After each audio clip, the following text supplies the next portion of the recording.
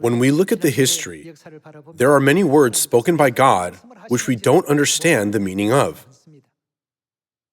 From our perspective, it seems like B is better than A and C is better than B.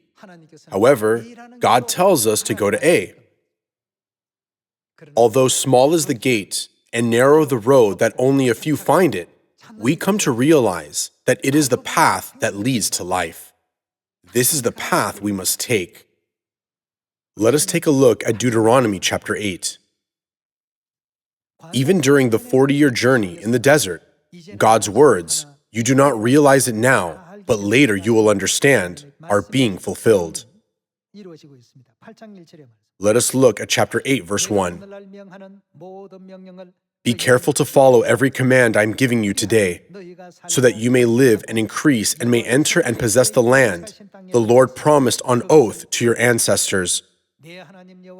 Remember how the Lord your God led you all the way in the wilderness these 40 years, to humble and test you in order to know what was in your heart, whether or not you would keep his commands.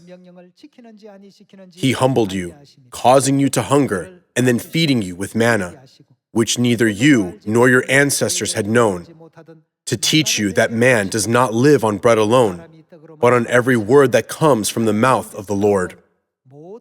Your clothes did not wear out, and your feet did not swell during these 40 years. Know then in your heart that as a man disciplines his son, so the Lord your God disciplines you. Observe the commands of the Lord your God, walking in obedience to him and revering him." Let us see what the will of God was in leading the people through the desert for 40 years.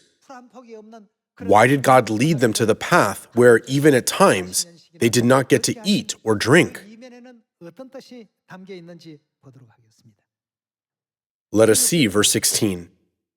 "He gave you manna to eat in the wilderness, something your ancestors had never known, to humble and test you, so that in the end, what was the will of God? It might go well with you." Since there is no water to drink or to feed the livestock, it may seem like a great disaster or hardship will come immediately. However, God is always there at every moment and watches over the situation. God watches what kind of faith we have in each situation. By testing and refining us, God has a great and profound will to give us blessings in the end. During our life on this earth, we may face financial difficulties, pain from diseases, inconveniences in various undesirable environments, and many more.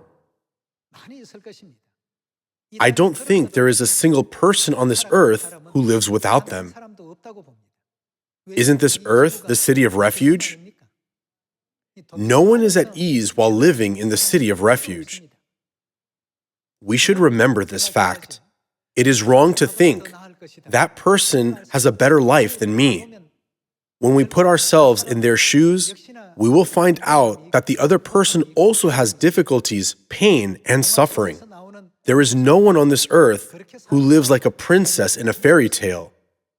Now, we are living with anxieties and worries. But what will God give us in the end after leading us in this way? God has a great and profound purpose in giving us blessings. Thus, we need to understand His will and overcome the temporary hardships we are going through. If Joseph had not come to Egypt, the nation of Israel would not have been formed. It was God's great providence. Joseph just carried out a part of God's plan, fulfilling His will. Joseph indeed lived a very turbulent life. When he faced difficulties, he felt that it was unfair at the moment. In his perspective, he was doing well, while others seemed to be lacking. However, later he realized that God was leading him at every moment. Today, too, we do not know what kind of things are going to happen before us. we must absolutely believe that God is leading us to the path where we can receive blessings. Everyone, we must realize this by reading the Bible.